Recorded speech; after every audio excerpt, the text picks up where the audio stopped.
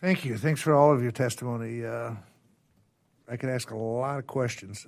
Just out of curiosity, do you ever get consulted by the Forest Service or BLM about forest management and BLM management? Yes, but that's a fairly recent revolution. The Forest Service has gotten quite good at it, but they've had a significant reduction in staffing. So if you look at the Office of Tribal Relations within the Forest Service, they've lost about 75% of their staffing, largely to DRP in the last year. But we've actually had the new Forest Service chief visit the Colville Reservation in January of this year, and he attended our Intertribal Timber Council board meeting in December. So he seems very engaged and interested in how tribes can be partners in increasing the pace and scale at which the Forest Service does management.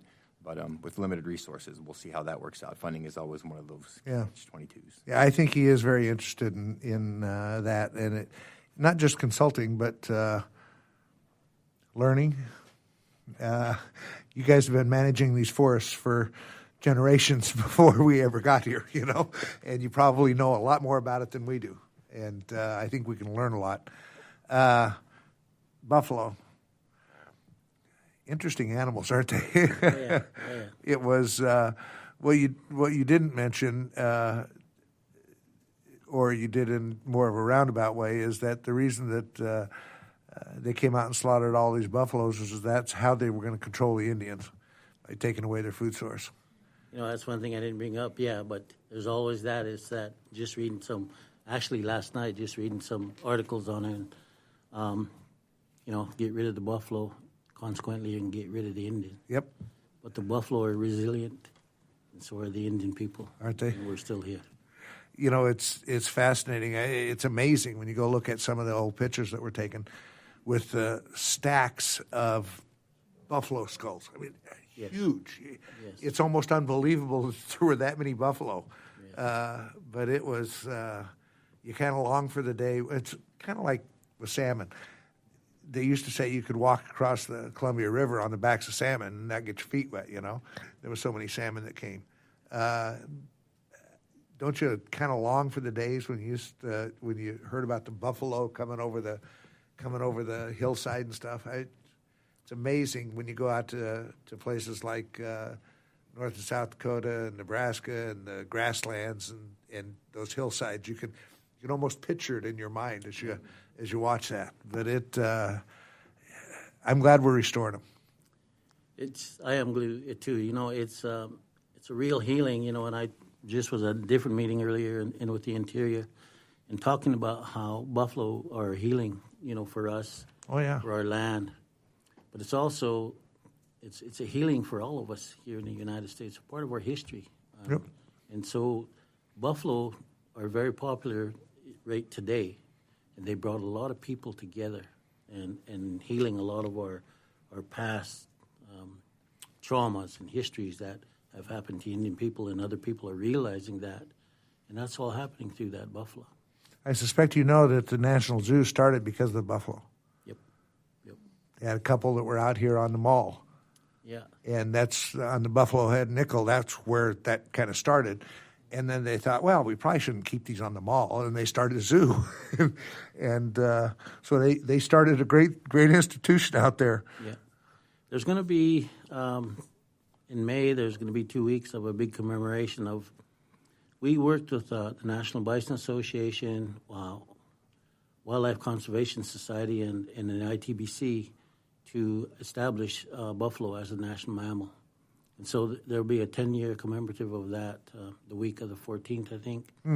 But also there's an unveiling of some statues to buffalo that were just built and brought here. And they'll be unveiling them on the 2nd of April. And we're going to be at that. All right. So there's going to be a lot of commemorative things going on during those 2 weeks. And it would be good to see a lot of people there, a lot of our people, such as yourselves there. Yeah, they've become a very, very popular in our country. Yep. Too popular in Yellowstone, because when you drive through and you come to a buffalo jam and you go up there and all of a sudden somebody's got their grandkids out. Go stand by the buffalo, and and all of a sudden park rangers are going crazy. These are wild animals. Exactly, they don't realize. They're I know wildlife. I know it. Might be slow and moving around, but that's because they're not scared.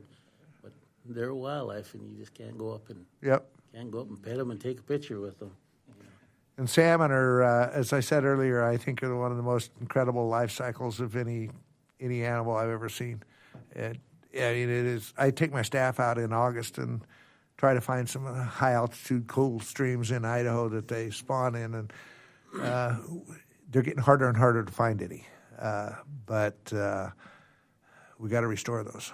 We're learning every day. We had a project on the excuse me. We had a project, Northwestern Indian Fish Commission, our Forks office, with the 4 coastal tribes on a ecosystem-based DNA. That's the totality of everything, from the water to the fish to the plants and everything present. It really was extensive. We spent, I think, 3 years. We just had a presentation, and that kind of data is going to be really valuable inside the Straits and inside Puget Sound and in other areas about the whole complete ecosystem, and we're excited about that. That's the kind of work that we do. Yeah.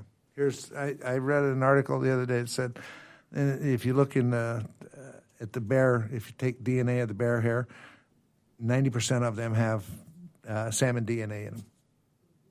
I mean, that's the food source. Yes. And the other thing I found amazing is that if you look at streams that have salmon return versus streams that don't have salmon return in, trees grow 3 times as fast in those streams that have salmon return as those that don't. So, I mean, they are the food source. We're all tied together. Yep. And obviously, contracting with Native American tribes is vitally important to tribes. And as you're right, I mean, it is the ability to get out and get those jobs and I think it's a vital program that you guys have. Thank you, sir. Again, this is our way of hunting and gathering now. This is the modern way of creating commerce. Hunting right? and gathering. Right? No, seriously. This is a way for us to bring in. We don't have traditional areas of commerce where you can go out and create a municipality, create your local city there that's providing taxes. This is bringing in jobs. This is bringing in dollars, again, for our government so we can stay sovereign to provide economic self-determination for our people. We're part of the solution, and it's working. Yep. And we ask that people to look at it from that lens. We are not just individual entrepreneurs trying to get contracts. We are part of the solution, and these dollars are coming back. We are for-profit companies with a social mission giving back to our people. Shelley?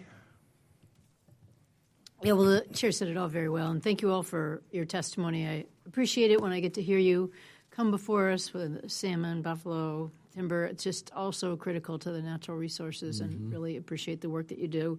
And I fully believe you all deserve more funding for this. I mean, it's such a critically important part of the resources. So thank you for that. And I was disturbed to hear about the paused intake, and so I'll definitely put that on my list of things to look into. That's, I mean, pretty shocking to go from 700 applications down to 66. So when you talk about exactly what you did, that this is job creating, we're always thinking about how to help the tribes to have more resources. There's absolutely no argument for slowing that down or stopping it. So whatever we can do. We haven't had one since August 15th of 2025. Yeah, we're in the middle of March of 2026. That's just nuts. I mean, there's no argument for it. So we'll find out what the problem is. And if I could add one more comment to that. So, I mean, you've heard some of the other people make comments about funding being paused. In a lot of situations, tribes don't get frequent enough funding. It's typically competitive, so they don't have the capacity to go out and do that stuff with their own staff, so they're dependent on the contracting community. So it's, again, all of these things are intertied.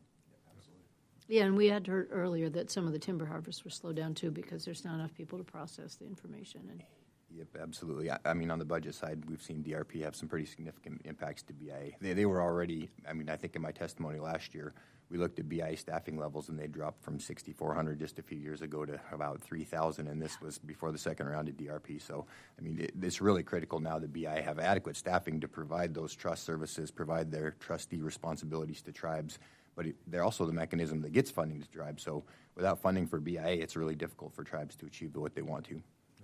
Yeah, we'll definitely look at that. Thank you all. Thank you all for being here. Thank you.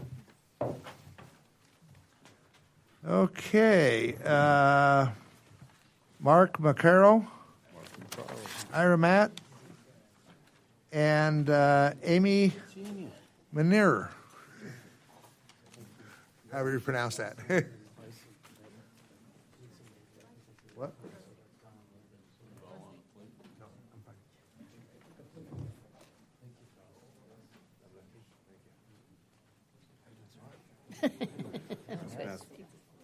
I think I'm good.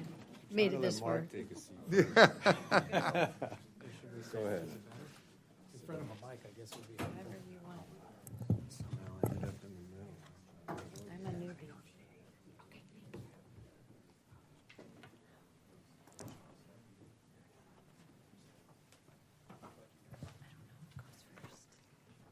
Mark, you're the man.